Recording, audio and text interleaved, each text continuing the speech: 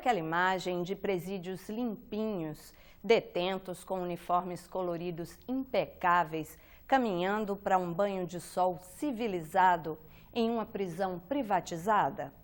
Pois é, parece que essa ideia nem sempre corresponde à realidade. Não se divulga o fato de que toda a segurança penitenciária de Pedrinhas era terceirizada num dos modelos de privatização. A população brasileira acha que privatizar significa baratear.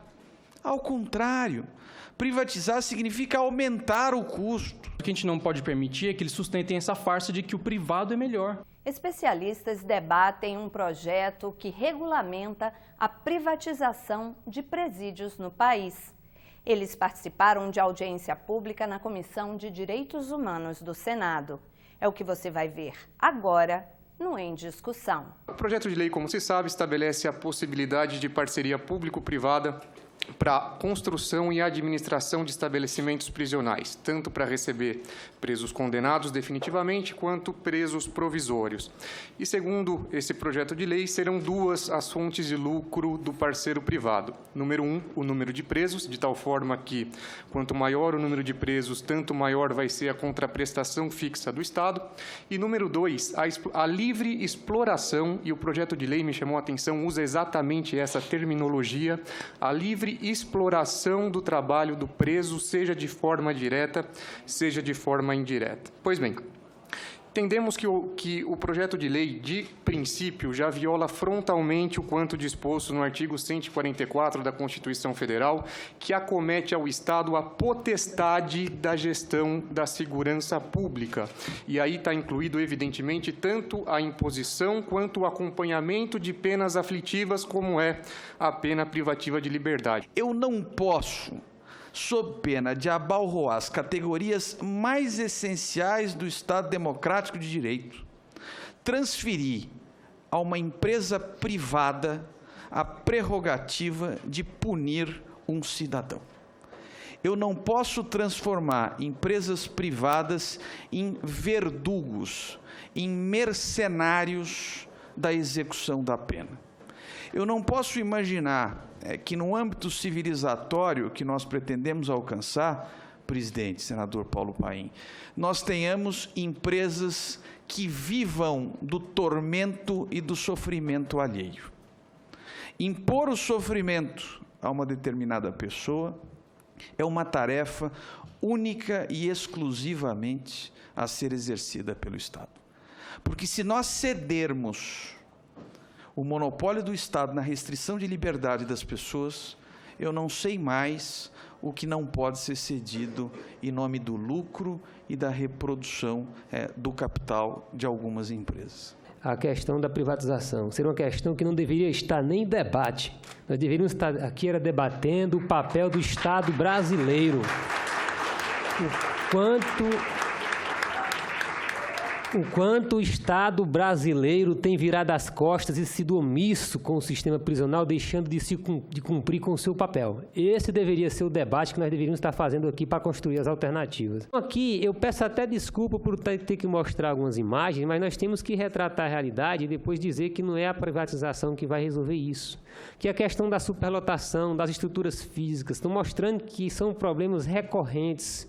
A questão de rebeliões, armas que os presos conseguem tirar das estruturas que são frágeis para se armar, para se matarem, assassinatos a presos. E aí, dentro disso, nós temos a questão das estruturas de trabalho, as armas que normalmente nós utilizamos dentro do sistema, como presos perigosíssimos, escolta.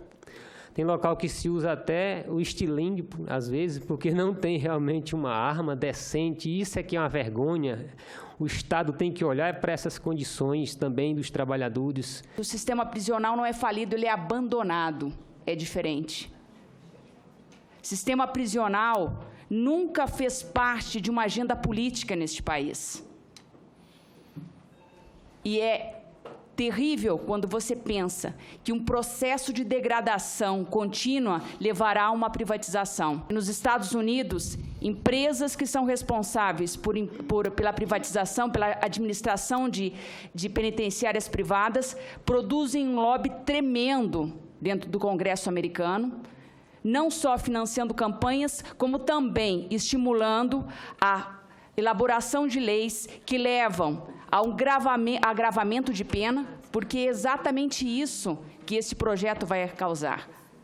Não haverá interesse algum no processo de reinserção e de reabilitação social. Eu brinco, né? Se privatização desse certo, os Estados Unidos, que foram os precursores dessa ideia, teriam a totalidade do seu sistema penitenciário privatizado, e hoje são apenas 7%. E este 7% provoca uma sangria absurda dentro dos cofres públicos. Por quê? Porque existem lá cláusulas contratuais que estabelecem ocupação mínima. Há um comprometimento do Estado de encarcerar 80%, manter 80% das vagas ocupadas, porque o único propósito é o lucro.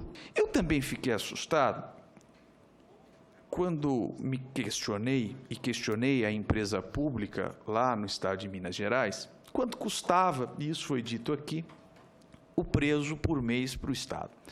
E o valor dito foi de algo em torno de R$3.000, se eu não estiver enganado. Enquanto, no caso da unidade pública, esse valor variava em torno de R$1.700, R$1.800. Porque nós estamos falando do dobro. E esse argumento e essa realidade é algo que precisa ser dito, porque a população brasileira acha, e isso a gente verifica constantemente em manifestações, de que privatizar significa baratear. Ao contrário, privatizar significa aumentar o custo. E eu costumo dizer, até de uma maneira jocosa, é verdade, que se nós dessemos para uma mãe de família R$3.000 por mês, para que ela cuidasse da sua família, certamente esses R$3.000 seriam muito melhor empregados do que se gastando com uma empresa privada para gerir a pena no país. Quando se fala em privatizações, eu estou falando de alguns modelos possíveis, né? O modelo de cogestão, o modelo de terceirizações, que são esses modelos mais soft, e a PPP, que é o modelo efetivamente contemplado no projeto de lei do Senado e que é o modelo mais drástico de entrega à iniciativa privada do ius puniendi, do direito de punir do Estado, e por si absolutamente inconstitucional. Nós temos hoje 1.436 estabelecimentos prisionais no Brasil, sem contar as carceragens de delegacia de polícia. Hoje há cerca de 200 presídios privados no mundo, e aqui no Brasil temos o exemplo de Ribeirão das Neves, com um complexo que abrange 3 unidades. No que diz respeito à cogestão, nós temos 29 unidades hoje cadastradas no Infopem, 12.000 vagas. Aqui esse modelo é basicamente a PAC, deve entrar algum outro modelo, mas unidades menores, então com 2.500. PPPs, efetivamente no modelo PPP, as 3 de Ribeirão das Neves em funcionamento. Lembrando que Itaquitinga, que teve um investimento anunciado de 263 milhões pelo governo de Pernambuco, com financiamento pelo Banco do Nordeste, não foi levado a cabo, e há dívidas do consórcio que ganhou aquela licitação que abalaram profundamente a economia local, dos pequenos fornecedores para aquilo, e 1.368 unidades públicas, né? Então, repito aqui, achar que a gente vai mudar isso aqui, que a gente não vai conviver com esse modelo, é uma ilusão. Então, a gente tem que fazer uma avaliação aqui muito cuidadosa de custo-benefício, a respeito de se implementar outros modelos. No que diz respeito aos indicadores aqui de ressocialização, na cogestão, 22% de pessoas trabalhando, um pouquinho mais do que a média nacional. Nas APACs, ou organizações sem fins lucrativos, 64%. Nas PPPs, 8%, 20% de pessoas trabalhando aqui no modelo público. Estudando 19 em cogestão, 46 entidades sem fins lucrativos, 25 nas PPPs e pública 11%. E outra coisa importante aqui é a nossa avaliação a respeito da disponibilização de agentes de custódia por modelo de gestão, né? No caso da cogestão, 4,9 presos por agente. Nas organizações sem fins lucrativos, 15,9, nas PPPs, 3,9 e nas públicas, 7,7, o que nos faz também pensar que, se efetivamente dispuséssemos de um efetivo melhor, os serviços também no modelo público não poderiam ser mais adequados. Eu tive a possibilidade de fazer uma visita pessoal ao presídio de Ribeirão das Neves no ano de 2012. Constata-se ali claramente que o estabelecimento prisional de Ribeirão das Neves, que foi posto como modelo e como uma vitrine pelo governo de Minas Gerais, acabou por estabelecer dentro do sistema prisional prisões de 2 níveis. Ou seja, ao preso bem comportado, aquele que se adequa à disciplina do sistema, este vai ao presídio de Ribeirão das Neves, porque ele reitera o caráter modelar daquele estabelecimento e não causa nenhum tipo de constrangimento para o poder privado.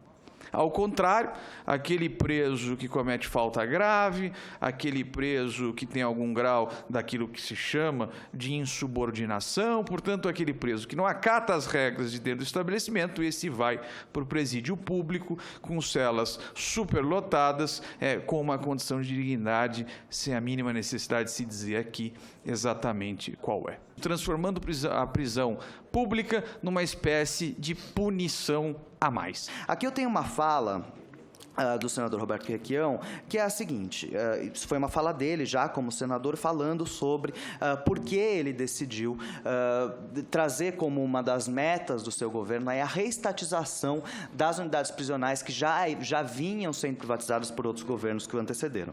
Ele diz o seguinte, que essas unidades prisionais privatizadas eram presídios sui generis, que exigiam quase um vestibular para admitir o preso, isso é a fala dele. Era uma espécie de circuito Elizabeth Arden para presos extremamente prestigiados pela estrutura. Só entravam lá condenados que pudessem frequentar a lista de candidatos ao céu, ao Panteão dos Santos, e a remuneração que esses presos recebiam era uma lição exemplar da ideia de mais-valia. É claro, o modelo não deu certo. O Estado, na minha administração, retomou esses presídios. Os presos são mais bem tratados em presídios privatizados. Será que é verdade? É o que você vai ver no próximo bloco. Presos com olhos roxos, sem dentes, torturados.